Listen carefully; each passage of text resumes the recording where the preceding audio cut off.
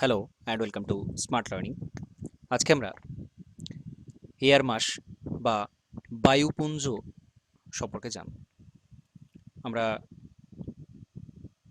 ঘূর্ণবাত পড়তে গিয়ে নাতিশীতোষ্ণ ঘূর্ণবাতের ক্ষেত্রে দেখেছিলাম যে শীতল বায়ুপুঞ্জ, উষ্ণ বায়ুপুঞ্জ তারা পরস্পর মিলিত হচ্ছে।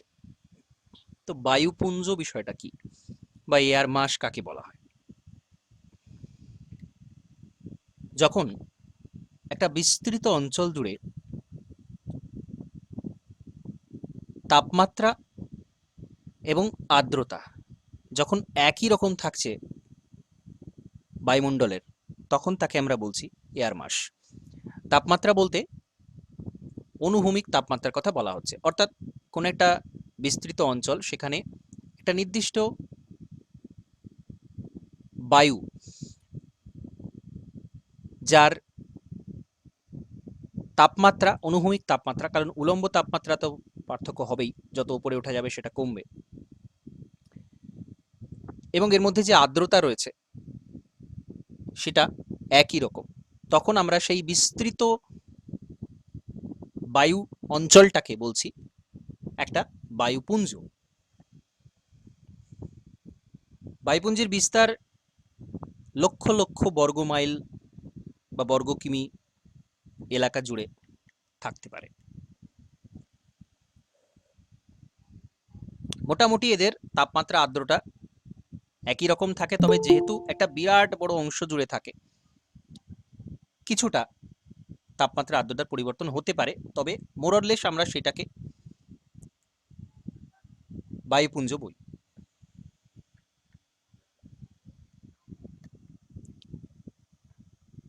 এবার বায়ুপুঞ্জ সারা পৃথিবী জুড়ে যেহেতু বিরাট অঞ্চল জুড়ে রয়েছে, আমরা কয়েকটা নির্দিষ্ট বায়ুপুঞ্জ ক্লাসিফিকেশন, একটা শ্রেণীবিভাগ আমরা করতে পারি। এবং যখনই আমরা শ্রেণীবিভাগ করতে যাব, তখন দেখব যে বায়ুপুঞ্জ যে জায়গা থেকে উৎপত্তি হচ্ছে তার উৎস অঞ্চলটা খুব গুরুত্বপূর্ণ। কারণ যে জায়গা থেকে তৈরি হচ্ছে সেই জায়গার যে তাপমাত্রা, সেই জায়গার যে আর্দ্রতা, সেই বৈশিষ্ট্যটাই সে পাচ্ছে। সুতরাং সেই পার্টিকুলার উৎস অঞ্চলটা খুব গুরুত্বপূর্ণ। বায়ুপুঞ্জের যে উৎস অঞ্চল যেখান থেকে তৈরি হচ্ছে সেটা খুব গুরুত্বপূর্ণ।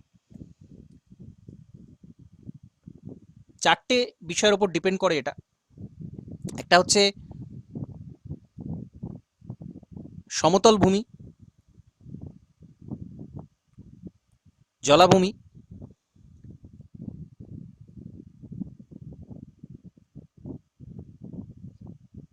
পার্বত্য অঞ্চল এবং জল ও স্থল, এদের মিলিত অংশে।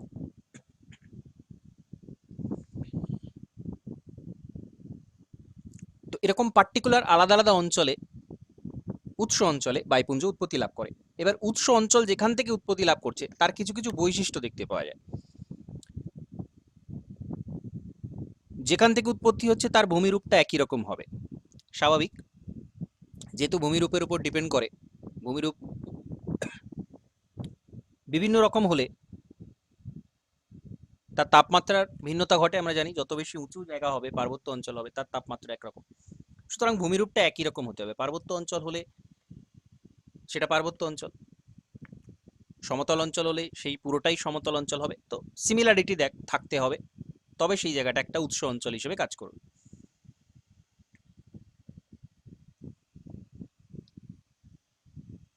বিস্তীর্ণ অঞ্চল জুড়ে থাকবে এলাকাটা, এবং যে স্থান থেকে উৎপত্তি হচ্ছে ওই বায়ুপুঞ্জটা, আমরা সেই স্থানেরই নাম দিয়ে বায়ুপুঞ্জটা নামকরণ করছি। এবং বায়ুপুঞ্জ এটা কিন্তু স্থির থাকে না, স্বাভাবিক বায়ু সেটা কিন্তু বিভিন্ন দিকে সঞ্চারিত হবে। বায়ুপ্রবাহের যে নিয়ম, উচ্চচাপ থেকে নিম্নচাপের দিকে চালিত হওয়া, সেই স্বাভাবিক নিয়মটা সে মেনে চলবে। সারা পৃথিবী জুড়ে বায়ুপুঞ্জ উৎস অঞ্চল যেগুলো হয়, চারটে মূল ভাগ রয়েছে, সেটা আমরা দেখব পৃথিবীর অবস্থানের উপর ভিত্তি করে। কিন্তু আমরা যদি কন্টিনেন্ট দেখি, কোন কোন কন্টিনেন্ট থেকে বায়ুপুঞ্জ তৈরি হয়, মূলত তৈরি হয়, একটা হচ্ছে নর্থ আমেরিকা,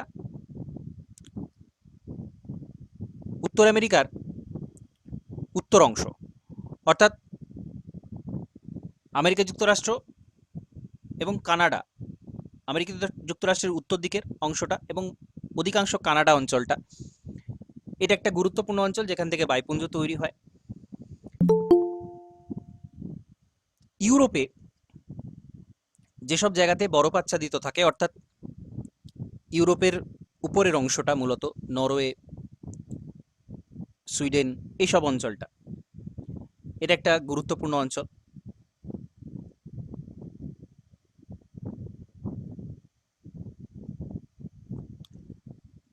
আরেকটা জায়গা রয়েছে, সেটা হচ্ছে সাইবেরিয়া। সাইবেরিয়া অর্থাৎ রাশিয়ার উত্তর অংশটা, সেখানেও বিরাট একটা অঞ্চল বরফাচ্ছাদিত রয়েছে, সেই জায়গা থেকে বায়ুপুঞ্জ তৈরি হয়। আর রয়েছে সাহারা। সাহারা মরুভূমি একটা বিস্তীর্ণ অঞ্চল, একই রকম সিমিলারিটি দেখতে পাওয়া যায় সেখানে, সেটাও একটা গুরুত্বপূর্ণ বায়ুপুঞ্জ গড়ে ওঠার জায়গা। তো এটা আমরা কন্টিনেন্ট হিসেবে দেখলাম। এবার আমরা সরাসরি মূল যে ক্লাসিফিকেশন, সেখানে চলে যাব। আমরা দুটো ভাগে ভাগ করতে পারি বায়ুপুঞ্জকে, একটা প্রাইমারি ক্লাসিফিকেশন আর একটা সেকেন্ডারি, অর্থাৎ মূল যে শ্রেণীবিভাগ সেটা, এবং গৌণ শ্রেণীবিভাগ। মূল শ্রেণীবিভাগের মধ্যে আবার বিভিন্ন রকম ডিভিশন আমরা করতে পারি। কি কি রয়েছে, এটা মোস্ট ইম্পর্টেন্ট। প্রাইমারি ক্লাসিফিকেশনের মধ্যে আসবে ইকুইটোরিয়াল এয়ার মাস, নিরক্ষীয় বায়ুপুঞ্জ,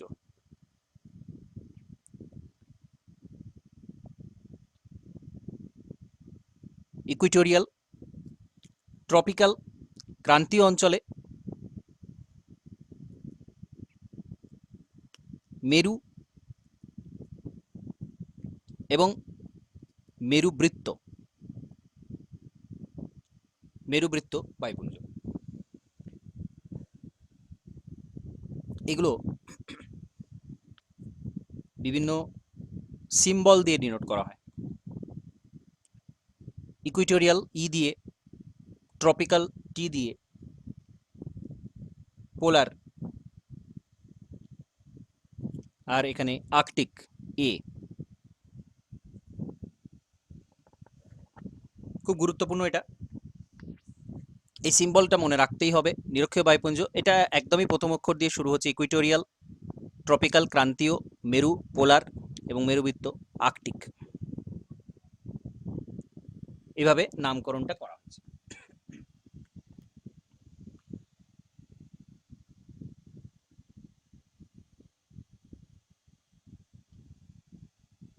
এরপর বিভিন্ন যে সেকেন্ডারি বা গৌণ শ্রেণীবিভাগ, সেইগুলো একটা হচ্ছে মহাদেশীয়, মহাদেশ অঞ্চল থেকে অর্থাৎ স্থলভাগ থেকে যেটা উৎপত্তি লাভ করছে, মহাদেশীয়।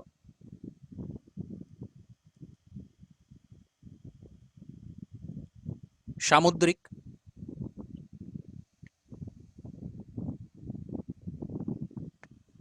এভাবে আমরা ক্লাসিফিকেশন একটা করতে পারি যে স্থলভাগের উপর দিয়ে যে বায়ুপুঞ্জটা তৈরি হচ্ছে সেটা মহাদেশীয়, সামুদ্রিক, সমুদ্রের উপর দিয়ে যখন প্রবাহিত হচ্ছে তখন সেটা সামুদ্রিক বায়ুপুঞ্জ। কারণ আমরা বায়ুপুঞ্জের সংজ্ঞাতেই দেখেছি যে আর্দ্রতা একটা গুরুত্বপূর্ণ ফ্যাক্টর। মহাদেশীয় বায়ুতে, বায়ুপুঞ্জতে আর্দ্রতা কম হয়, সামুদ্রিক বায়ুপুঞ্জে প্রচুর পরিমাণে আর্দ্রতা থাকে।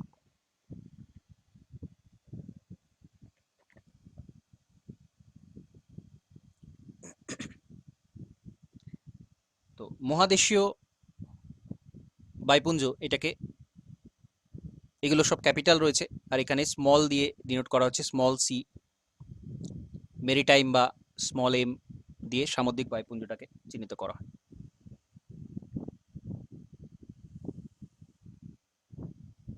এবার যখন আমরা পার্টিকুলার এরকম ধরনের বলছি, ধরা যাক মহাদেশীয় মেরু বায়ুপুঞ্জ, এই ধরনের একটা বায়ুপুঞ্জকে আমরা চিহ্নিত করছি, মহাদেশীয় মেরু বায়ুপুঞ্জ, তখন আমরা এইভাবে বলবো, স্মলটা প্রথমে আসে, তারপরে সি পি, এটা হচ্ছে মহাদেশীয় মেরু বায়ুপুঞ্জ। একইভাবে যদি সামুদ্রিক মেরু বায়ুপুঞ্জ দেখাতে হয়, তাহলে আমরা স্মল এমটাকে আগে রাখবো, তারপরে পি রাখবো। এভাবে আমরা এটাকে বোঝাতে পারি। আবার যখন ক্রান্তীয় অঞ্চলে দেখানো হবে, তখন সিটি দিয়ে দেখাবো, ডিনোট করব। আবার এম টি দিয়ে আমরা ক্রান্তীয় অঞ্চলে সামুদ্রিক বায়ুপুঞ্জটা দেখাতে পারি।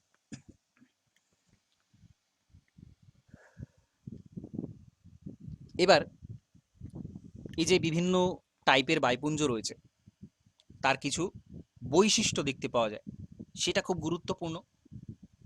কারণ বায়ুপুঞ্জ পড়তে গেলেই এক একটা বায়ুপুঞ্জের আলাদা আলাদা যে বৈশিষ্ট্য, সেটা আমাদের জানতে হবে।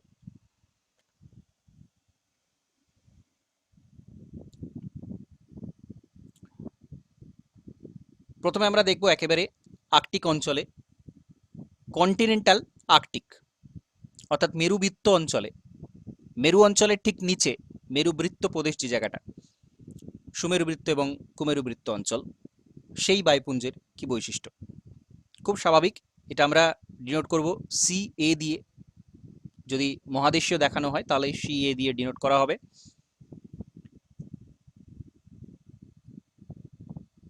এখানে যে তাপমাত্রা, এর তাপমাত্রা থাকে প্রায় -46 থেকে 50 ডিগ্রি সেলসিয়াস। মেরু বৃত্ত অঞ্চলের উৎপত্তি হচ্ছে, এবং যেখানে সাধারণত বরফের আচ্ছাদন দেখতে পাওয়া যায়, সেই জায়গা থেকেই এর উৎপত্তি হচ্ছে। আর্দ্রতা কিন্তু খুবই কম থাকে। যদি আমরা গ্রাম পার কেজিতে আর্দ্রতার পরিমাণটা দেখি, তাহলে সেটা আসবে 0.1, অর্থাৎ এটা খুবই শুষ্ক একটা বায়ু, অত্যন্ত শীতল এবং তার সাথে সাথে অত্যন্ত শুষ্ক একটা বায়ুপুঞ্জ হচ্ছে কন্টিনেন্টাল আর্কটিক বা মেরুবৃত্ত প্রদেশীয়, মহাদেশীয় মেরুবৃত্ত প্রদেশীয় বায়ুপুঞ্জ। আবার যখন কন্টিনেন্টাল পোলার বলা হচ্ছে,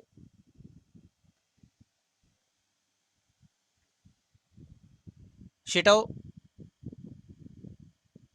অতি শীতল, অসম্ভব ঠান্ডা একটা বায়ুপুঞ্জ।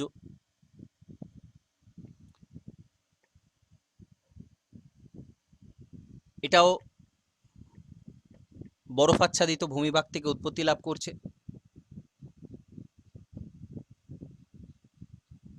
এর যে আর্দ্রতা, সেটা আরেকটু বেশি, 1.45 এরকম। এটাও অসম্ভব ঠান্ডা একটা বায়ুপুঞ্জ এবং স্বাভাবিকভাবে শুষ্ক। এরপর পোলার রিজিয়নে যে মেরিটাইম রয়েছে, এটা আমরা প্রথমে যেটা বললাম সেটা সিপি। তারপরে সামুদ্রিক পোলার যেটা রয়েছে অর্থাৎ এমপি, এর বৈশিষ্ট্যটা কি?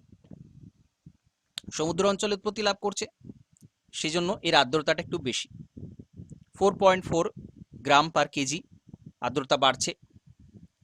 টেম্পারেচারও একটু বেশি থাকছে, 4 ডিগ্রির আশপাশে। এবং এর যে বৈশিষ্ট্য, সেটা একটু চেঞ্জ হচ্ছে, শীতল এবং আর্দ্র। শীতল অবশ্যই, মেরু অঞ্চলে উৎপত্তি লাভ করছে, এবং তার সাথে আর্দ্র।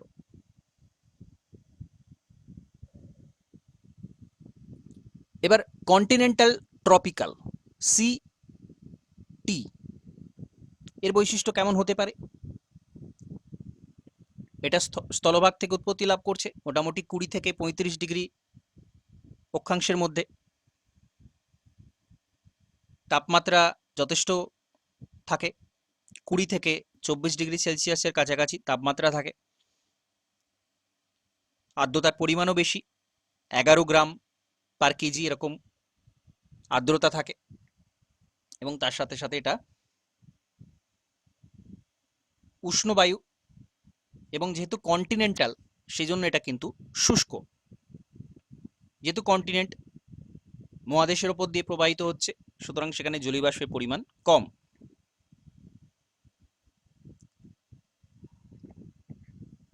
এবার মেরিটাইম ট্রপিক্যাল, এমটি, এর বৈশিষ্ট্য কেমন হবে? টেম্পারেচার সেই একই রকম, প্রায় 20 থেকে 24 ডিগ্রি সেলসিয়াস, কিন্তু আর্দ্রতা হয়ে যাচ্ছে অনেকটাই বেশি, 17 গ্রাম পার কেজি বা আর একটু বেশি আর্দ্রতা, 17 থেকে 20-র মধ্যে ঘোরাফেরা করে। সমুদ্র অঞ্চল থেকে উৎপত্তি লাভ করছে, সে কারণে উষ্ণ এবং আর্দ্র, এমটি। এবার ইকুইটোরিয়াল অঞ্চল, মেরিটাইম ইকুইটোরিয়াল যদি দেখা যায়, তাহলে সেখানে দেখা যাবে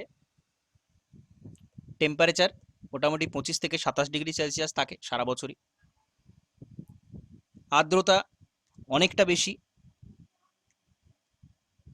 উৎস অঞ্চল 0 থেকে 5 ডিগ্রি উভয় অক্ষাংশে, জল স্থল দুটো জায়গা থেকেই এর উৎপত্তি হয়।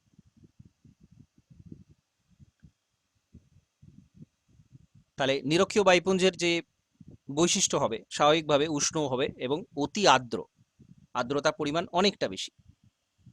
তো এইভাবে খুব সহজে, মানে এটা জাস্ট আমরা দেখেই বলে দিতে পারি কি কি বৈশিষ্ট্য হতে পারে। নিরক্ষীয় অঞ্চলে স্বাভাবিকভাবে সেখানে টেম্পারেচার বেশি হবে, এবং সামুদ্রিক হোক বা স্থলভাগে এখানে সবসময়তেই মোটামুটি আর্দ্রতাটা সারা বছরই থাকে, কারণ এখানে সমুদ্র অঞ্চলটাই বেশি। ক্রান্তীয় অঞ্চলের ক্ষেত্রে টেম্পারেচার নিরক্ষীয় অঞ্চলের থেকে একটু কম হবে, এবং আর্দ্রতাটা কিছুটা তুলনামূলক একটু কম হবে। কন্টিনেন্টাল হলে একেবারেই শুষ্ক বলা যায়, সামুদ্রিক হলে কিছুটা আর্দ্রতা বেশি থাকে। তো এরকম অবস্থান দেখে আমরা বলে দিতে পারি যে এই বায়ুপুঞ্জের এই বৈশিষ্ট্য হবে। এটা মূল ক্লাসিফিকেশন।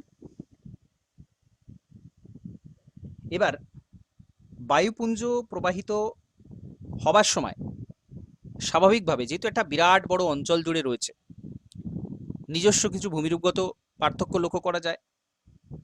সেটা সমভূমি অঞ্চল হলেও তার নিজস্ব কিছু বৈশিষ্ট্য আছে আলাদা আলাদা জায়গায়।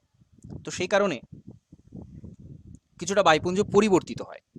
কিভাবে পরিবর্তিত হয় বা কি কি পরিবর্তন বায়ুপুঞ্জে দেখতে পাওয়া যায়, সেটা আমরা একটু জানবো। মূল শ্রেণী বিভাগটা আমরা দেখলাম, এবার বায়ুপুঞ্জের যে পরিবর্তন হয় সেটা কিভাবে হয় বা কি ধরনের পরিবর্তন হয় সেটা জানবো।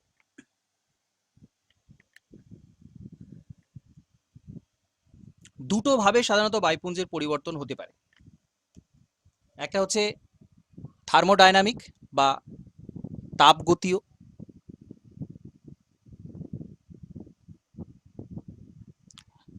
আরেকটা হচ্ছে যান্ত্রিক। দুটো ভাবে বায়ুপুঞ্জের পরিবর্তন হতে পারে। তাপগতীয় পরিবর্তনটা কি হয়? বায়ুপুঞ্জ একটা উৎস অঞ্চলে যখন তৈরি হলো এবং তারপরে যখন চলতে শুরু করে, স্থান পরিবর্তন করতে শুরু করে, তখন এর যে নিম্ন ভাগ রয়েছে, অর্থাৎ এর যে তলদেশ রয়েছে, সেটা জলভাগ হোক বা স্থলভাগ হোক, এই তলদেশ এবং ভূপৃষ্ঠ, বায়ুপুঞ্জটা রয়েছে, ধরা যাক এটা একটা বায়ুপুঞ্জ, এর নিচে একটা তল রয়েছে, সেটা স্থলভাগ হতে পারে বা জলভাগও হতে পারে। এর সাথে টেম্পারেচার এবং জলীয় বাষ্প এটা কিন্তু আদান প্রদান হয়। তার ফলে বায়ুপুঞ্জটার তাপমাত্রা এবং আর্দ্রতা কিছুটা পরিবর্তন সাধন হয়, স্বাভাবিক।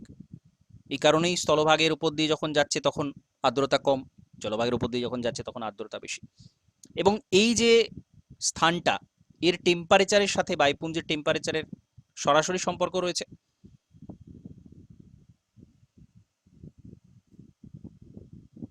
বায়ু যেরকম ধরনের হয়, ভূমিভাগের উপরের তাপমাত্রা সেরকমভাবে পরিবর্তিত হয়ে যায়। এই জন্যই আমরা দেখি কোস্টাল এরিয়াতে তাপমাত্রা একটা ব্যালেন্স থাকে। কেন থাকে? কারণ অন্য জায়গা থেকে যে বায়ুপুঞ্জটা আসে প্রবাহিত হয়ে, সেটা তাদের মধ্যে তাপের আদান প্রদান ঘটে এবং একটা সমভাবাপন্ন জলবায়ু কোস্টাল এরিয়াতে দেখতে পাওয়া যায়। আবার এই বায়ুপুঞ্জটা যখন স্থলভাগে ঢুকে পড়ে, তখন তাপের আদান প্রদান করতে করতে সেটা উষ্ণ হয়ে পড়ে,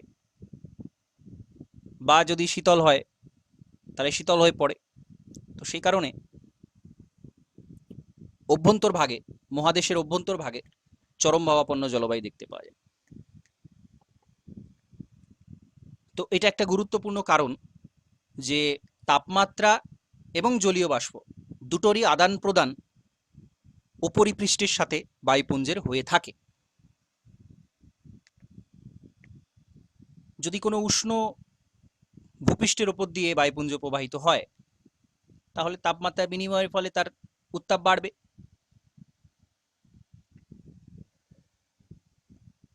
এই ঘটনাটা হয়ে থাকে, এটাকে আমরা বলি তাপগতীয় পরিবর্তন। এটাকে বলা হচ্ছে তাপগতীয় পরিবর্তন। এই যে দুটো জিনিস হচ্ছে এটা। আর হয় যান্ত্রিক পরিবর্তন বা মেকানিক্যাল মডিফিকেশন। যখন ভূমিরূপ বন্দুর হয়, তখন কি হয়? বায়ুপুঞ্জটা কিছুটা এলোমেলোভাবে প্রবাহিত হতে থাকে।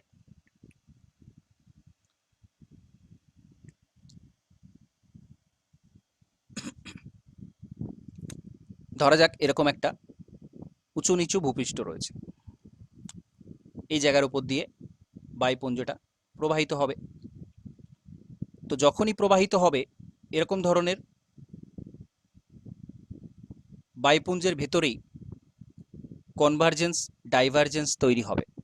কারণ এই যে রাফ সারফেস রয়েছে, বায়ুটা তো সব জায়গার উপর দিয়েই যাবে, এর উপর দিয়েই যাবে। তো সেখানে কি হবে? এরকম ধরনের কনভার্জেন্স তৈরি হতে পারে, আবার ডাইভারজেন্স তৈরি হতে পারে। অর্থাৎ বায়ুপুঞ্জের ভেতরেই অভিসরণ অঞ্চল, প্রতিসরণ অঞ্চল তৈরি হতে পারে।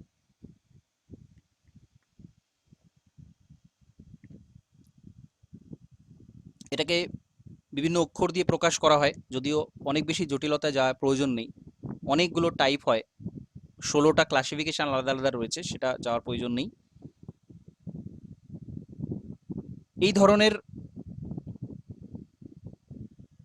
যখন অভিসরণ হয়, কনভার্জেন্স হয় যখন, তখন আনস্টেবল সিচুয়েশন একটা তৈরি হয়। যখন দুটো বায়ুপুঞ্জটার ভেতরেই বায়ুর কনভার্জেন্স হচ্ছে, ধাক্কা লাগছে, তখন সেটাকে আনস্টেবল বলা হচ্ছে, স্মল ইউ দিয়ে প্রকাশ করা হয়। আর যখন ডাইভারজেন্ট তৈরি হয়, তখন স্মল এস বা স্টেবল, দুদিকে চলে যায়, এখানে একটা স্টেবল সিচুয়েশন তৈরি হয়, তো এটাকে স্টেবল বা স্মল এস দিয়ে প্রকাশ করা হয়।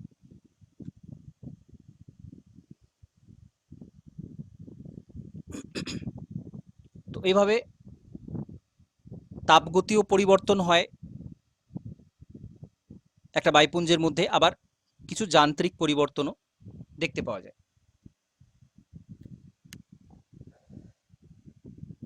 এবার বায়ুপুঞ্জের কিছু বৈশিষ্ট্যের মধ্যে থেকে একটা গুরুত্বপূর্ণ বিষয় হচ্ছে বায়ুপুঞ্জের বয়স। উৎস অঞ্চলে বায়ুপুঞ্জ তৈরি হলো, এবার সেটা একসময় দীর্ঘ পথ প্রবাহিত হতে থাকবে, সময়ের সাথে সাথে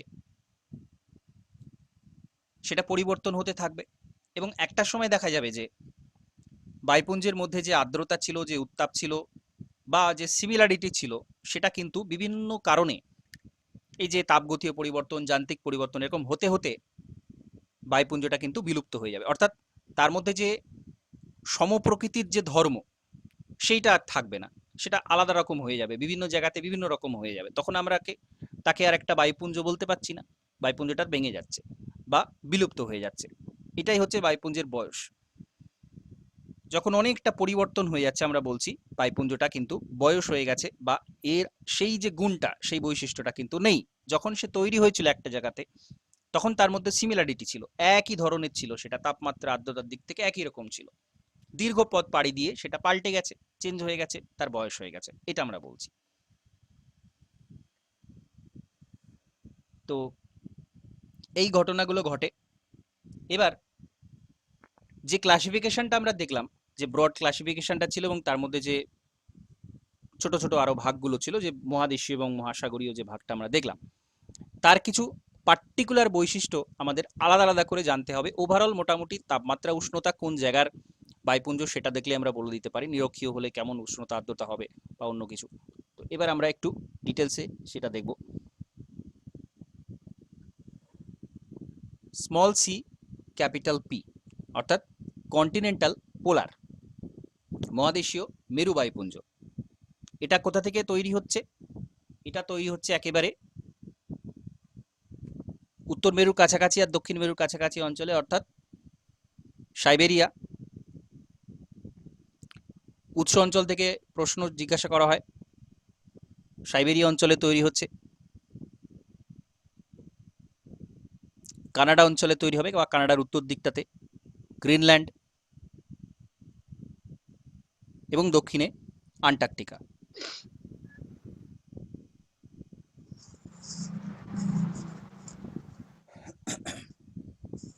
বরফাচ্ছাদিত অঞ্চলের উপর দিয়ে এটা তৈরি হচ্ছে এবং এই বায়ুপুঞ্জের যে গভীরতা সেটা প্রায় 3 কিলোমিটার, অর্থাৎ বায়ুপুঞ্জটা ঊর্ধ্বে 3 কিলোমিটার পর্যন্ত এর বিস্তার রয়েছে বা গভীরতা 3 কিলোমিটার। এই বায়ুপুঞ্জ যে জায়গার উপর দিয়ে যাবে সেখানে আকাশ মেঘমুক্ত থাকবে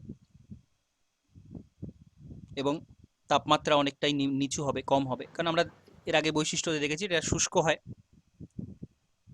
এবং তাপমাত্রা অনেকটা কম হয়।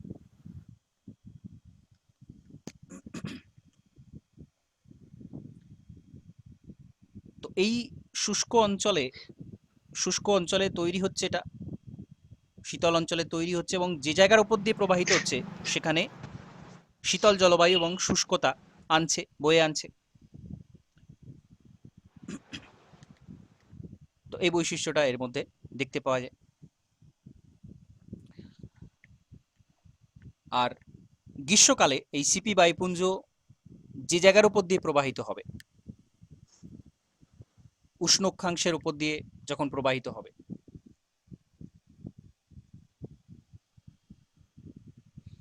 তখন কিছুটা বরফ গলে যেতে পারে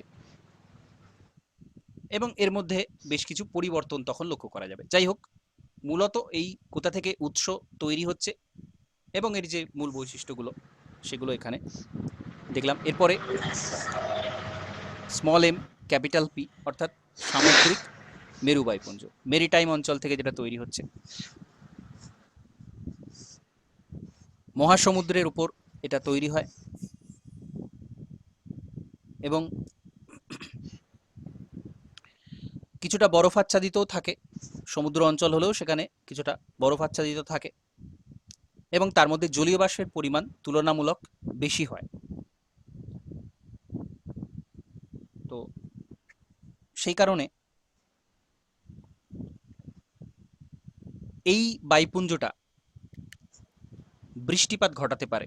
যে জায়গার উপর দিয়ে প্রবাহিত হবে সেখানে কিন্তু বৃষ্টিপাত ঘটাতে পারে, খুব বেশি না হলেও বৃষ্টিপাত ঘটে, যেহেতু কিছুটা সমুদ্র অঞ্চলের উপর দিয়ে প্রবাহিত হচ্ছে সে কারণে বৃষ্টিপাত ঘটাতে পারে।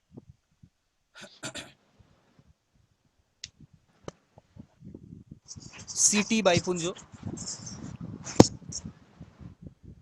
ক্রান্তীয় মহাদেশীয়, এটা একেবারে আমরা বলতে পারি সরাসরি মরুভূমি অঞ্চলে যেটা তৈরি হয়, মরুভূমি অঞ্চলে তৈরি হয়।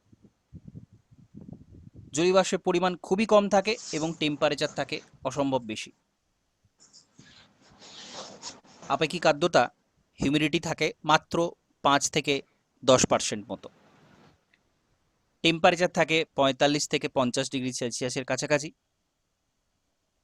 এর মূল যে উৎস অঞ্চল সিটি, সরাসরি আমরা বলতে পারি সাহারা মরু। সিটি বায়ুপুঞ্জ সরাসরি এখান থেকে কিন্তু প্রশ্ন জিজ্ঞাসা করা হবে যে সিটি বায়ুপুঞ্জ কোথায় উৎপত্তি হয়। তো এটা কিন্তু মূল যে উৎস অঞ্চল সেটা সাহারা মরুভূমি।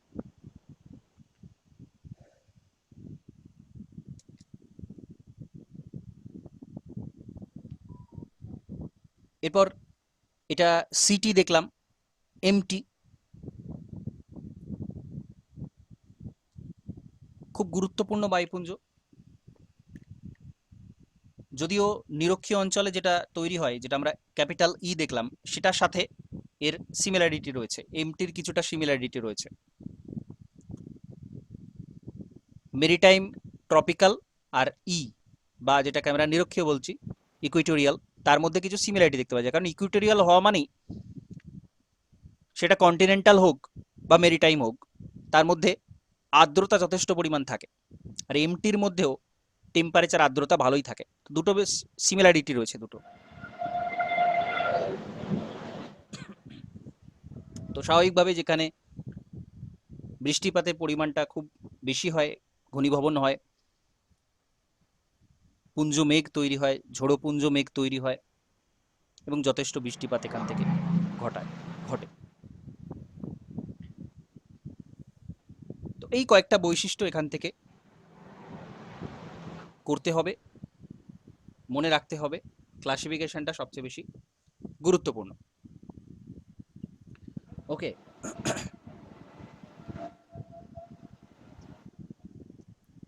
তো এখানে এমসিকিউ সরাসরি জিজ্ঞাসা করা হবে, আর ডেসক্রিপটিভ রাইটিং এর ক্ষেত্রে একটা ওয়ার্ল্ড ম্যাপ দিয়ে এটা শো করা যেতে পারে। তার আগে জিজ্ঞাসা করব, কিছু প্রশ্ন জিজ্ঞাসা করার থাকলে প্রশ্ন জিজ্ঞাসা করতে পারেন।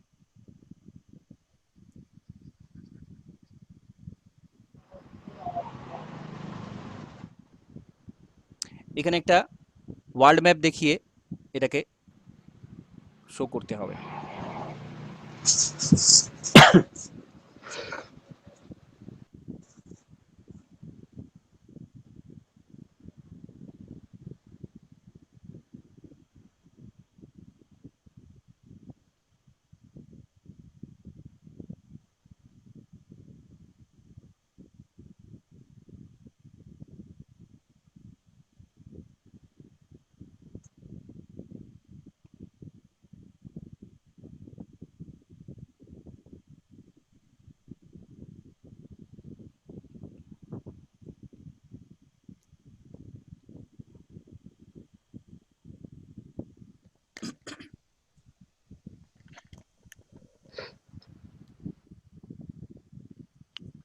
যেহেতু গ্রিনল্যান্ড অঞ্চল একটা বড় উৎস, তো গ্রিনল্যান্ড অঞ্চলটাকে ওখানে দেখাতে হবে।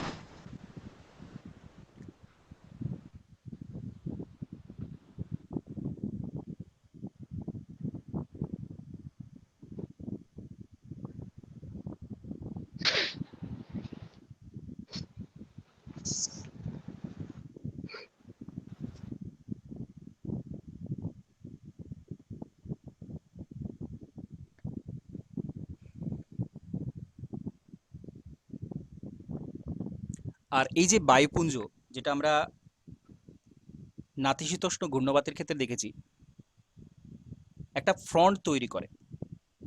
বায়ুপুঞ্জ একটা বায়ু প্রাচীর তৈরি করে।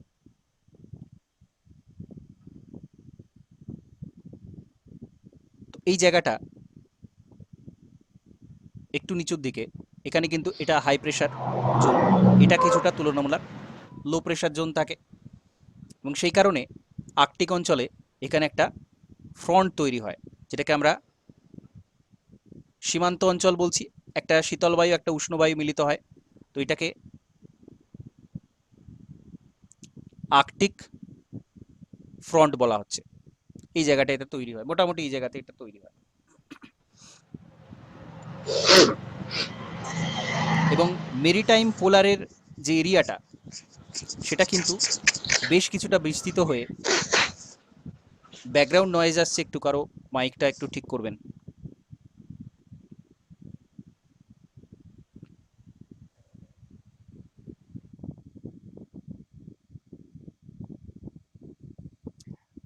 আর এখানে সাইবেরিয়া অঞ্চলে বেশ কিছুটা অঞ্চল জুড়ে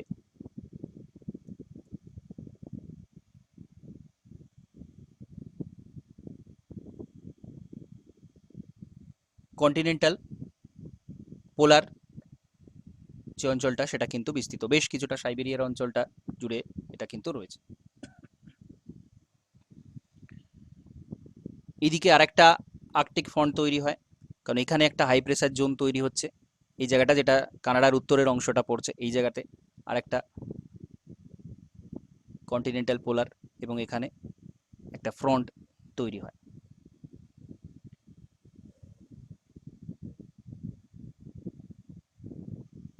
একেবারে মাঝ বরাবর, যেটা 0 ডিগ্রি এরকম জায়গা দিয়ে গিয়েছে, সরি আরেকটু নিচে,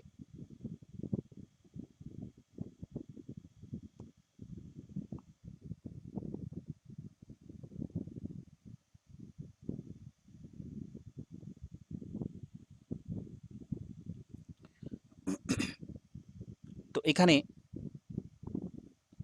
ইন্টারট্রপিক্যাল একটা ফ্রন্ট তৈরি হয়, যদিও সেটা খুব বেশি জোরালো নয়, কারণ এখানে মূলত উষ্ণ বায়ুটাই থাকে।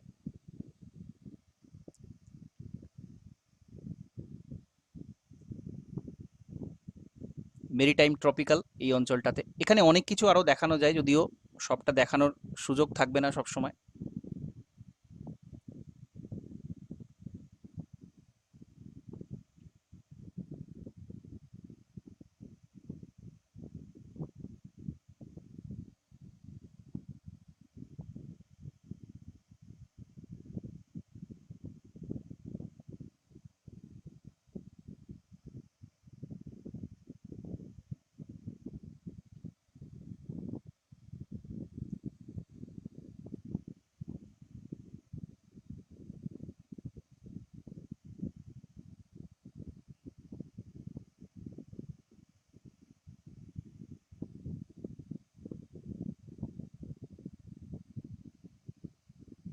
এখানে গোলাকারে না থেকে মূলত এরকম ভাবে একটা বিস্তৃত অঞ্চল জুড়ে মেরিটাইম ট্রপিক্যাল যেটা, সেটা প্রবাহিত হয়।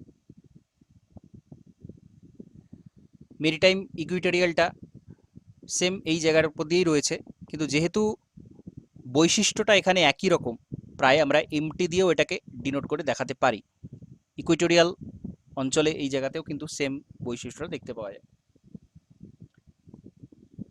তো এরকমভাবে আমরা অবস্থানটা দেখাতে পারি, বায়ুপুঞ্জের যে অবস্থানটা সেটা আমরা এইভাবে দেখাতে পারি। এখানে আরও অনেক ক্ষুদ্র ক্ষুদ্র বায়ুপুঞ্জের অবস্থান দেখানো যায়, তো সেটা সবটা সম্ভব নয় সবসময়। মূলত যে উৎস অঞ্চলগুলো রয়েছে সেগুলো আমরা এরকমভাবে দেখাবো। ঠিক আছে, কিছু প্রশ্ন থাকলে জিজ্ঞাসা করতে পারেন।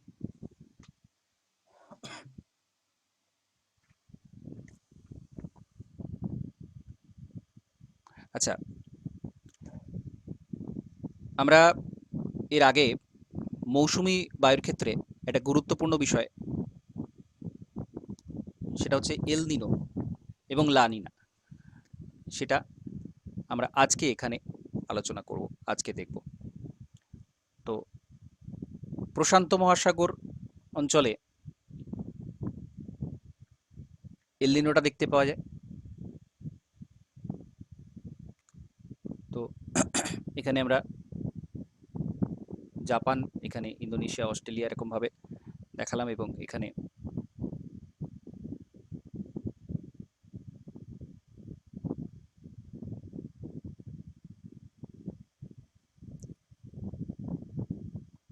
উত্তর আমেরিকা এবং দক্ষিণ আমেরিকাটা পুরোটা না দেখিয়ে আমরা এরকমভাবে দেখাতে পারি। তো এই জায়গাটা প্রশান্ত মহাসাগরীয় অঞ্চল।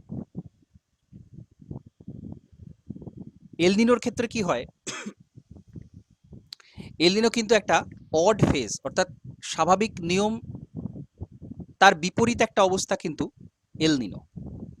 স্বাভাবিক যে অবস্থাটা বায়ুপ্রবাহের এবং সমুদ্র স্রোতের, সেটাকে আমরা বলি লা নিনা।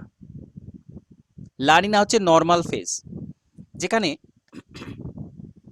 এখানে শীতল হাম্বল স্রোত এখান দিয়ে প্রবাহিত হয়, শীতল স্রোত প্রবাহিত হয়, এবং নর্মাল আমাদের ভারতীয় উপমহাদেশে স্বাভাবিক বৃষ্টিপাত হয়।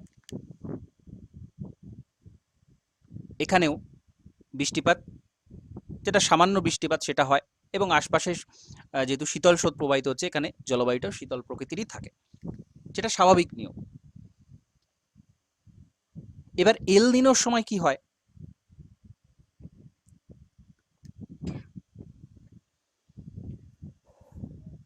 যে সময়ে এখানে অনেক বেশি লো প্রেশার তৈরি হয় সমুদ্র অঞ্চলে এবং স্থলভাগ পুরো এই এরিয়াটাতে একটা বড় লো প্রেশার জোন তৈরি হচ্ছে এবং সেটা যথেষ্ট পরিমাণ বেশি হচ্ছে। স্বাভাবিক অবস্থাতে এখানে লো প্রেশার, এখানে হাই প্রেশারই থাকে, কিন্তু কোনো কোনো সময় এখানে লো প্রেশারের আধিক্যটা অনেক বেশি হয়। এখন বায়ুপ্রবাহের মতো সমুদ্র স্রোতেরও নিয়ম হচ্ছে হাই প্রেশার থেকে লো প্রেশারের দিকে সমুদ্র স্রোতটা যায়, সমুদ্রের জলটা প্রবাহিত হয় হাই প্রেশার থেকে লো প্রেশারের দিকে। তখন কি হয়, এখানে এদিক থেকে জলের প্রবাহ তৈরি হয়, সমুদ্রের জলটা এদিকে আসতে শুরু করে। এখন প্রচুর পরিমাণে জল যখন এদিকে এসে জমা হয় তখন জলতলের একটা পার্থক্য তৈরি হয়, একটা ঢাল তৈরি হয়, স্বাভাবিকভাবে এরকম একটা ঢাল তৈরি হয় যেটা জলের বৈশিষ্ট্যকে সমর্থন করে না। তখন কি হয়, এই দিক থেকে জল প্রবাহিত হয়ে এখানে স্বাভাবিক করার জন্য সেই স্রোতটা এইদিকে প্রবাহিত হতে থাকে, বিপরীত স্রোতটা এখানে প্রবাহিত হতে থাকে, যেটা স্বাভাবিক নয়। এবং এই অঞ্চল থেকে লো প্রেশারের যে উষ্ণ জল সেটা এখানে প্রবাহিত হয়। তার ফলে কি হয়, এই দিকে লো প্রেশারটা চলে আসে, উষ্ণ জলটা এখানে চলে এলো। উষ্ণ জল মানেই এখানে পুরোটাই উষ্ণ, বায়ুও উষ্ণ হয়ে যাবে স্বাভাবিকভাবে। তখন এখানে লো প্রেশার তৈরি হয় এবং বায়ু ঊর্ধ্বে উঠে এখানে ঘনীভূত হয়ে বৃষ্টিপাত হয় এবং এখানে তুলনামূলক উচ্চচাপ কিন্তু তৈরি হয়ে যায়। তার ফলে কি হয়, পুরো বৃষ্টিপাতটাই পেরু উপকূল এখানে এবং এখানে চিলি উপকূল এই জায়গাটাতে হয়ে যায়। অধিকাংশ বৃষ্টিপাত এই জায়গাতে হয় এবং আমাদের ভারতীয় উপমহাদেশ এবং তৎসংলগ্ন আশপাশের যে অঞ্চল সেখানে বৃষ্টিপাতের ঘাটতি দেখা যায়, যেটাকে আমরা বলি এল নিনো। এটা হচ্ছে এল নিনোর একেবারে সিম্পলিফাইড একটা ফর্ম আমি বললাম। মূল ঘটনাটা এটা হয়, যেখানে হাই প্রেশার হওয়ার কথা সেখানে হয়ে যায় লো প্রেশার, যেখানে লো প্রেশার হওয়ার কথা সেখানে হয়ে যায় হাই প্রেশার। পুরোপুরি জলভাগের ওপর ঘটনা, প্রশান্ত মহাসাগরের ওপরের ঘটনা এবং সমুদ্র স্রোতের সাথে জড়িত একটা ঘটনা। উষ্ণ সমুদ্র স্রোত প্রবাহিত হয় এবং এই জায়গাতে বাস্তুতন্ত্র বিঘ্নিত হয়, কারণ এখানকার যে স্বাভাবিক বাস্তুতন্ত্র সেটা শীতল জলের বাস্তুতন্ত্র। যে বছর এখানে প্রচুর বৃষ্টি হয় এবং টেম্পারেচারটা স্বাভাবিকভাবে বেড়ে যাচ্ছে, কারণ এখানে লো প্রেশার রয়েছে, সমুদ্র স্রোতের সাথে জলবায়ুর একটা গভীর সম্পর্ক রয়েছে, উষ্ণতাও বেড়ে যাচ্ছে, জলের উষ্ণতাও বেড়ে যাচ্ছে, আশপাশে বায়ুর উষ্ণতাও বেড়ে যাচ্ছে, প্রচুর বৃষ্টি হচ্ছে এবং সমুদ্রের বাস্তুতন্ত্র বিঘ্নিত হচ্ছে, কারণ সেখানে টেম্পারেচার বাড়ছে, প্রচুর মাছ মারা যাচ্ছে, আরও অন্যান্য জীবজন্তু এখানে মারা যায় এবং অতিরিক্ত বৃষ্টির কারণে এখানকার ফসল শস্য নানা রকম ক্ষয়ক্ষতির সম্মুখীন হয়। আবার এই অঞ্চলটাতেও ভারতীয় উপমহাদেশ, অস্ট্রেলিয়ার উত্তর অংশ, এই পুরো অংশটাতে খরা হয়, যে কারণে আবার ক্ষয়ক্ষতি হয়। তো এল নিনো ঘটনাটা হচ্ছে এটা। এবার সমুদ্র স্রোতের সাথে বায়ুপ্রবাহের একটা স্বাভাবিক সম্পর্ক রয়েছে। নর্মাল ফেজে এখানেও লো প্রেশার, এখানেও হাই প্রেশার, তো বায়ুর যে প্রবাহ সেটা এইভাবে হয়, অনুভূমিক প্রবাহ এখানে হয় এবং লো প্রেশারের কারণে উপর দিকে উঠে যায়, আবার এখানে গিয়ে নিচে নামে, এইভাবে বায়ুটা প্রবাহিত হয়, এটা স্বাভাবিক চক্র। আর এল নিনোর সময় এটা ঘুরে যাচ্ছে, এরকমভাবে প্রবাহিত হচ্ছে, উল্টো দিকে চলে আসছে। তো এরকম এই যে সেল, এক একটা সেল এরকমভাবে পরপর পরপর থাকে,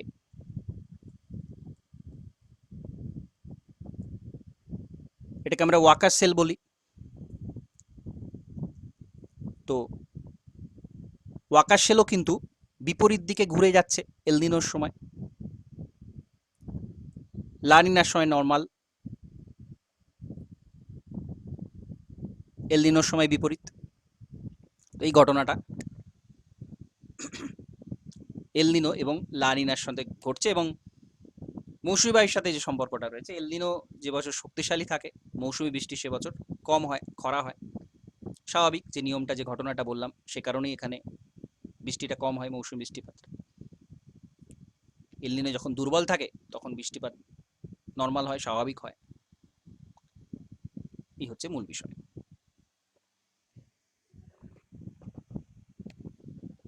ওকে।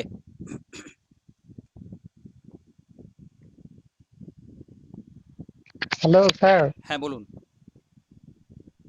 ওই এয়ার মাসের ডাইভারজেন্ট এবং কনভার্জেন্ট একবার বলে দিন না। হ্যাঁ, এয়ার মাসের মধ্যে যেটা বলছিলাম, যে এয়ার মাসের যে যান্ত্রিক পরিবর্তন যেটা হয়, যান্ত্রিক পরিবর্তন যেটা হয়, বিভিন্ন সারফেস যে চেঞ্জ হয়, ভূমিরূপের যে পরিবর্তন বিভিন্ন জায়গার উপর দিয়ে প্রবাহিত হওয়ার সময়, তখন রাফ সারফেসের ওপর দিয়ে প্রবাহ হওয়ার কারণে ওই বায়ুটার মধ্যেই বিভিন্ন দিকটা বিক্ষিপ্ত হয়ে যায়, সহজভাবে সোজাভাবে প্রবাহিত হতে পারে না।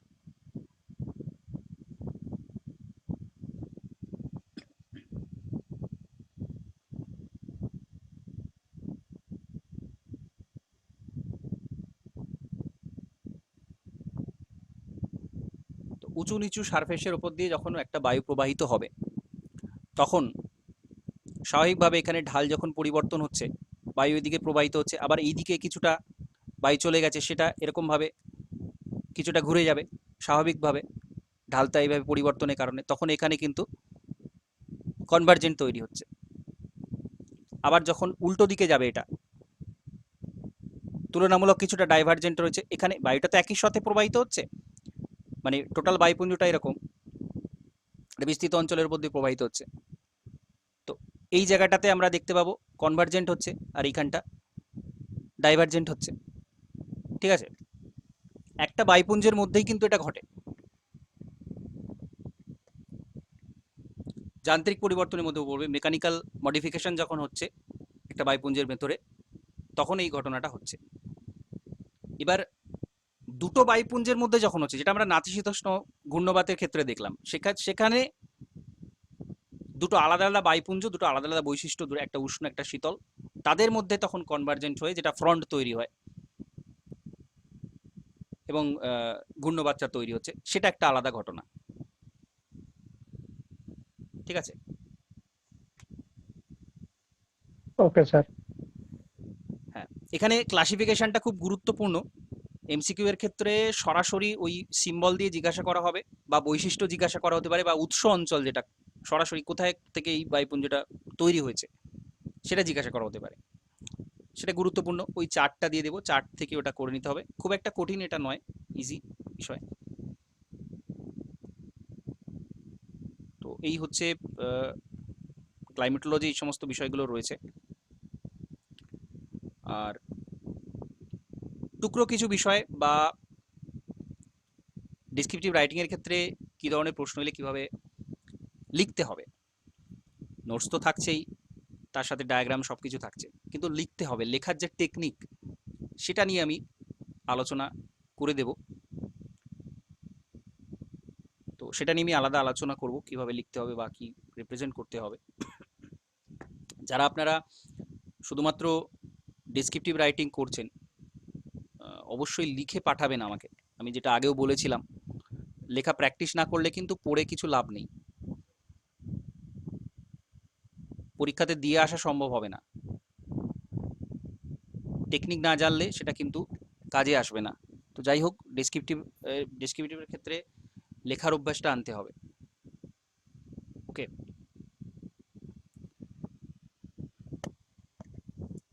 ঠিক আছে, আর কিছু জিজ্ঞাসা আছে?